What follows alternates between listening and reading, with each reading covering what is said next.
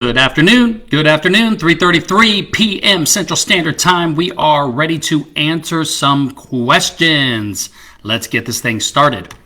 As a reminder, we do have weekly Zooms on the 4 pillars of business: branding, sales and marketing, financials, and operations and business model. Make sure you tune into those weekly Zooms and submit questions to Shirley in advance, and make sure you tune in live. Okay, the first question comes from Heather Brockman. And Heather says, which is better for onboarding training, a private YouTube channel or Trainual? The background is I am in the process of redoing my onboarding and want to add training videos for all aspects of the standard operation procedure manual. I didn't know if a private YouTube channel would be better or something more detailed, such as Trainual, would be better suited for a company wanting to get to a franchise level. Okay, Heather, first off, the best onboarding training system is the one that you will use.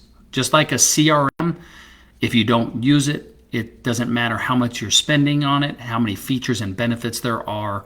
The one that you will use is the best. Now, in that regard, remember, some people are like to read to learn, some are visual, and a combination of both, including on our hands-on experience, is the ultimate best training. Trainual at about $100 a month, I think, is an amazing system. However, there's lots of different ways to do it.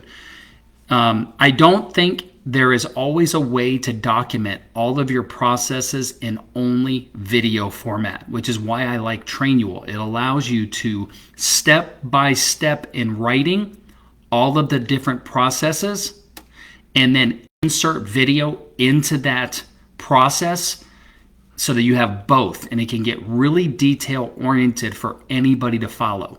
Personally, I like Trainual. I know people that use Google Docs in addition to having YouTube links in there, but then you're using separate things. It's all nice and easy to use Trainual. So that would be better in my opinion. All right. Okay. Next question comes from Elena. Elena Banana. Do you recommend any social media services company or website to buy legitimate Instagram followers? The background is I'm a beauty training facility and we're considering purchasing 20,000 Instagram followers to gain swipe up feature on stories. I believe that you only have to have 10,000 followers to be able to get the swipe up. And although I don't believe in buying followers because it doesn't matter if they're real or fake, they're still fake because they don't know you, you're just buying them. I think it's a great strategy to go ahead and get to 10,000 as fast as possible. And if you can't do it organically, go ahead and buy them. Who cares? They're not going to shadow ban you. Just buy the followers and get the swipe up feature. However, I would not do that unless I can get at least 500 to maybe 1,000 legitimate followers. Cultivate those followers so that I got at least 20 to 30% like ratio, and on my stories at least 40% views on stories. So if I have 1,000 followers, I want to get at least 200 to 300 likes per post, and I want to get at least 400 views on a story. That way, when you buy the 10,000 followers or 9,000 followers, you'll still have a good engagement rate so people won't think you're fraudulent or fake. If you have a lot of followers and your engagement is shit, people are not going to trust you, and then they won't do business with you, and that will completely negate you having the swipe up feature. Make sure your engagement is high. One of the strategies you can use to increase your engagement, which I've had great success with, and people think I'm savage, I do polls and quizzes and surveys, and I tell people on the poll or the survey that if you do not engage and answer, I will remove you as a follower or block you. Savage, but remember, you're doing social media to get business. And if people aren't going to engage in your social media, the odds of them engaging by swiping a credit card are less likely. Get savage, get high engagement. Be authentic, be real, and those are the people that are going to, they're going to get to know you, they're going to like you, and they're going to trust you enough to buy from you. All right? Hope that helps. Okay. If you guys can hear me, I hope you can. I see there's about 8 people watching. Leave a comment there and just tell me you can hear me and everything's good. Okay, next question comes from Gabs. And Gabs says, what are some quick wins I can implement to increase our bottom line profitability? And how should I go about doing this in the long term?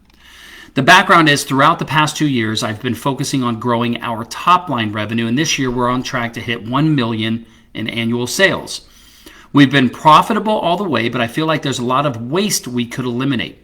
Normally, I'm the sales guy, not the savings guy, so I'm not sure how to get started, as well as how to make constant awareness of our bottom line an integral part of how we do business. We currently have a full-time accountant who can get me any reports I need. Fantastic, Gabs. So there is a critical role that a person plays in order to work with your management team to analyze your profit and loss statement and your balance sheet to maximize profitability of a company, and that's called a chief financial officer. Your accountant is reactive. CFO is proactive. A CFO's job is to save you money and increase profit margins and give you ideas in your business to increase profit margins. And they're all about the numbers and data. I would highly recommend, and I'm going to have Dan Abate answer this. I'm going to have Joel answer this. I'm going to have Jeff answer this, and maybe a couple of the mentors. But if I were you, I would seek out an individual consultation with Jeff Bruno. The only challenge is you are over in Hungary, so I don't know if he can consult with you, but I would talk to Jeff Bruno to at least understand the concept. Actually, let me make it even easier for you. Jeff Bruno does a weekly Zoom once a month. He does once a month Zoom for the 4 pillars. Make sure that you look out when he's going to be doing his weekly Zoom and talk to him on the weekly Zoom. Perfect dialogue to be having on these weekly Zooms with the mentors. But the CFO is the person that's going to do that for you. Okay? Hope that helps. Okay, next question comes from Robin Turpin, and Robin says, what is the best way to schedule my day to be more productive? The background is, what is the best approach to managing my time to be certain that I'm as productive as I can be? Well, here's the thing, Robin. Whenever somebody says, what is the best, that is subjective. The best is going to be whatever is best for you. I like to work off of a notepad and pencil and manage my daily tasks, and I match my daily tasks and activities with the goals that I've set, my annual goals. And then I reverse engineer my annual goals into quarterly, monthly, and weekly to know what I want to get done. For instance, when I work with someone on my team, I'll usually say, okay, this week I want to make sure we get this done. Here's the priority. And that way at the end of the week, when we reach that goal, hopefully, we can look back and say we accomplished what we wanted to, and we can feel successful and celebrate and go out and pop some bottle service, right? Isn't that what you do? So you have to figure out what's going to be the best way for you to schedule your day. Now you can use software. So you can use Reminders, which is an app on your phone. You can use an Outlook calendar. You can use the iPhone calendar. You can use alarms on your phone. You can use a piece of paper and a journal or something like that. But the best thing, the best and only way for you to actually be more productive is to know what you want to have accomplished and then get it done. And then check off the box everything that you get done. Whatever system you use for that, there's all kinds of softwares and platforms and things like that for you to use. But I think in the beginning with where you're at, a nice day planner or something like that would suit its purpose for you very well. And that's what I would recommend. Okay? Hope that helps. Thanks, Yolandi. Thanks, Dylan. Thanks, Shirley. Appreciate you. Okay, the next question comes from Sarah Hamilton, and Sarah says, how do I build loyalty with my team? The background is I own a female-run and operated barber shop with male clients, and over the years, I've had countless barbers screw me over in all kinds of areas. The way they talk to me, the way they won't follow processes, they've quit on me, and I can't seem to find a solution. This industry is very unique, and I'm looking for any and all ideas to make sure that I am being the right leader to keep people and grow. How do I know if I'm the problem and I'm not doing my job right, or is it just people will be people? Love this, Sarah. We did a leadership mastermind last year, and in the Tribe Resource Center, there is a section called leadership. And I put up all of the articles and resources that we went through in deep detail. Read all of those articles. You know, the key to being a great leader is knowing our own strengths and weaknesses, and then understanding the psyche and the mentalness of our team and the people that work with us, and understanding how to develop relationships with them, developing how to incentivize them, understanding that they need recognition, setting up processes to train and onboard them, setting up processes to manage them, reward them and recognize them when they do a great job, and then learn how to retrain when they don't do a great job, and then have processes set up that when they just straight out abuse the system, that there's a process that's followed that is respectful, but they understand it. You know, Alan Mulally of Ford wrote a great book, and I don't remember the name of it, but I saw him speak once, and he talked about when he came in and he started working in the organization. You know, people don't quit because they're bad employees. They quit because there's bad managers. And so there are daily huddles you can do that JT has talked about many times, and I'll make sure that JT and Dan Zawacki and a couple other people answer this question for you. But by doing daily huddles, by sharing with people the vision of the company, by providing opportunity, by recognizing people that do a great job, we build additional team loyalty and company loyalty. And these are all things that we want to do on an ongoing basis. Nobody's going to treat your business the way that you do, but we can do a good job creating a great culture and recognizing people when they do a good job and incentivizing them. Okay, and I know you have a great brand, and I know that you have a big heart, but I think sometimes there's some additional things you could do from a procedural perspective to make sure that people are not only doing a good job, but loving it and building that loyalty that you want to build. Remember, sometimes in the beginning, when we're a small business, we treat our team like they're family.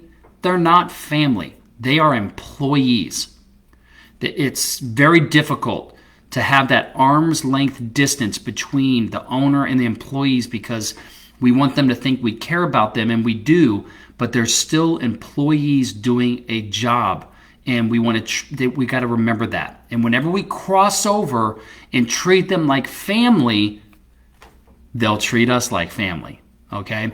And so we get the good and the bad. So those are some things I've learned in my past, is to keep an arm's length difference, let people do their jobs, let them love what they do, set them up for success, help them make the most money they can, reward them and recognize them when they do a great job, retrain them when they don't do a great job to make sure they know how. So that way when they don't do what the job entails, you've trained them well enough to know that they are choosing to not do the job, and they are choosing to not work there anymore. Okay? I hope that helps. Keep your head up. Okay, that was the last question. I hope you guys have a great day, morning, or night, wherever you are. And please get some more questions in. We now have 25 mentors, and we're adding another one next week. Get as many questions in.